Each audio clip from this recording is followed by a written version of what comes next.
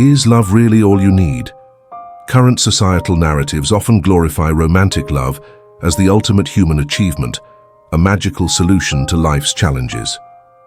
Our books, music, films, and personal aspirations seem to revolve around this singular quest. But is this portrayal of love truly accurate, or does it mask a more complex and potentially hazardous reality? When we fall in love, our perception of the world undergoes a dramatic transformation.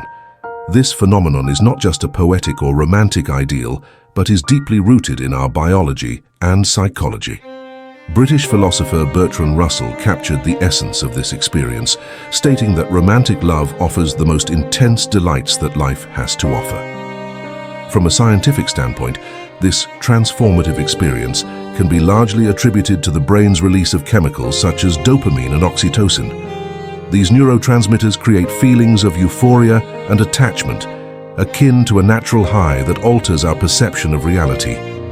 Everything around us seems more vibrant and alive, the mundane becomes extraordinary, and our usual concerns and problems appear to diminish or even disappear in the glow of love. This heightened state of perception, however, is a double-edged sword. While it brings immense joy and a sense of connection, it also has the potential to distort our view of the world and ourselves. Marcus Aurelius, a Stoic philosopher, advises, "The happiness of your life depends upon the quality of your thoughts."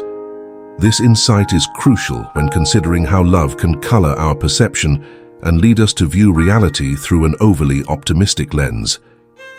Dr. Helen Fisher, a biological anthropologist, offers a compelling analogy by likening love to the effects of cocaine. This comparison is not merely metaphorical. The same regions of the brain are activated in both instances, suggesting that the experience of falling in love can be as potent and addictive as some of the strongest drugs. This realization brings to light the darker side of love's euphoria, the potential for addiction and the accompanying withdrawal symptoms when the love is lost or unrequited. From a Stoic perspective, this transformation of perception in love presents a significant challenge to the ideal of equanimity and rational judgment. Stoicism, as a philosophy, teaches the importance of maintaining a clear and unbiased view of reality, unswayed by extreme emotions or irrational attachments. Epictetus, a prominent Stoic philosopher, emphasized the significance of distinguishing between what is within our control and what is not. We cannot choose our external circumstances, but we can always choose how we respond to them, he said. In the context of love, this means recognizing our emotional responses and attachments as internal processes, which we can examine and moderate. The Stoic approach does not advocate for the suppression of emotions, but rather for a mindful and reasoned engagement with them. In the case of love, this involves an awareness of love's capacity to alter our perception and a cautious approach to the judgments and decisions we make under its influence. Seneca, another Stoic philosopher, reminds us true happiness is to enjoy the present without anxious dependence upon the future. This encourages us to savor the joys of love in the present moment, while being wary of projecting unrealistic expectations onto the future. This Stoic viewpoint does not diminish the value or beauty of love, but rather provides a framework for engaging with it in a balanced and thoughtful manner. It suggests that while we can and should cherish the joys of love, we must also be mindful of its power to cloud our judgment and steer us away from our principles and rational understanding of the world. Love's intoxication often leads to love goggle syndrome, a state in which we idealize our beloved to the point of overlooking their flaws and potential red flags. This phenomenon is not just a quirk of romance.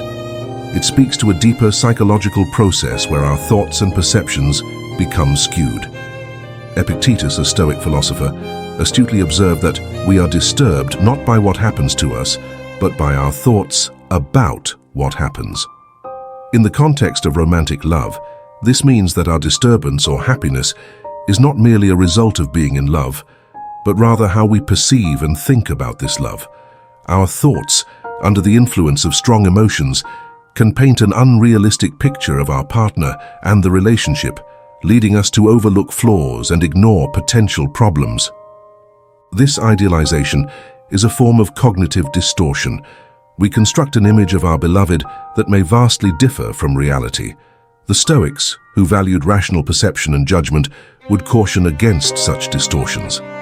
As Marcus Aurelius stated, "Everything we hear is an opinion, not a fact. Everything we see is a perspective, not the truth."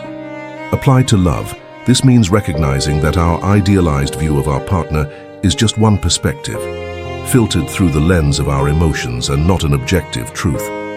Furthermore, the Stoics would advise us to practice premeditatio malorum, the premeditation of evils. This exercise involves contemplating potential negative outcomes or challenges in any situation, including romantic relationships.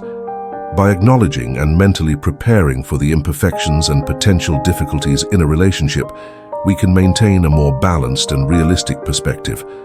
This practice not only tempers irrational exuberance, but also fosters resilience in the face of relationship challenges. Seneca, another Stoic philosopher, offers guidance that can be applied to the distortion of reality in love. True happiness is to enjoy the present without anxious dependence upon the future.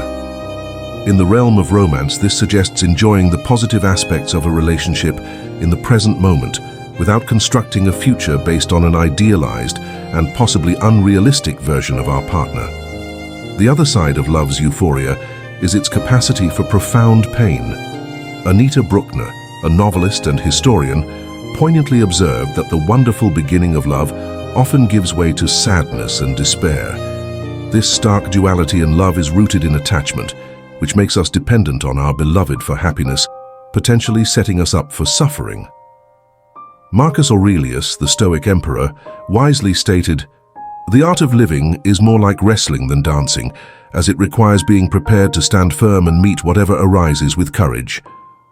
In the context of love, this means being ready to face both its joys and its sorrows with equal fortitude. This duality of love poses a difficult question. Is the pursuit of romantic love, with its highs and lows, worth the emotional turmoil? To this, Seneca, a Stoic philosopher, offers insight. We suffer more often in imagination than in reality. In love, it is often our anticipation or fear of pain that exacerbates our suffering. The Stoic approach would encourage us to examine these fears and expectations, understanding them as projections of the mind rather than inevitable outcomes. Epictetus provides a further perspective on dealing with emotional pain in love. It's not what happens to you, but how you react to it that matters. This statement highlights the power of our response to the pain of love. Instead of being passively swept away by our emotions, we can choose to engage with them in a way that is reflective and constructive. Attachment, as the root of love's pain, presents a particular challenge. Stoicism teaches the value of detachment not as a means of becoming aloof or uncaring, but as a way of maintaining inner peace amidst external circumstances. This does not mean avoiding love or denying its importance, but rather loving in a way that is mindful of its transient nature. As Epictetus advised, don't seek for everything to happen as you wish it would, but rather wish that everything happens as it actually will. Then your life will flow well. While love undeniably brings with it the risk of pain, a Stoic perspective can offer valuable guidance. By acknowledging the impermanence of our experiences and maintaining a balanced emotional stance, we can appreciate the beauty of love while being prepared for its challenges. This approach does not strip love of its depth and meaning, but rather allows us to engage with it in a more grounded and resilient way, understanding that both its joys and pains are integral parts of the human experience. In considering these aspects of love, we find ourselves at a crossroads. Do we embrace the Dionysian call of our primal instincts, or do we choose the Apollonian path of wisdom and serenity? While avoiding romantic love might seem a rational choice for inner peace, it also means forgoing a fundamental aspect of our humanity. Love, despite its potential for suffering, ignites passions, inspires art, and drives many of life's greatest adventures. In the end, perhaps the answer lies not in avoiding love, but in approaching it with balance, awareness, and an open heart. As Marcus Aurelius, a Stoic philosopher and Roman emperor, once said, "The best revenge is to be unlike him who performed the injustice." In the context of love, this means not shunning love because of its challenges, but rather embracing it in a way that transforms and elevates our experience. Love, in all its complexity, remains a profound aspect of our existence, one that defies simplistic categorization. It challenges us, molds us, and often teaches us our most valuable lessons. As we navigate its waters, we find that love is not just about the euphoria of connection, but also about growth, resilience, and the nuanced understanding of what it means to be truly human. It is in this balanced engagement with love that we find its true essence, not as a source of mere happiness or pain, but as a vital component of our journey towards wisdom and self-realization. Thank you for spending your time with us today. If this journey into the Stoic philosophy has enriched your understanding or aided your personal growth, please consider giving this video a like to assist others in finding these teachings. Don't forget to subscribe to our channel for more explorations into the profound world of Stoicism. We deeply value your presence in our community and look forward to continuing this enlightening journey together. Until next time, keep walking the path of wisdom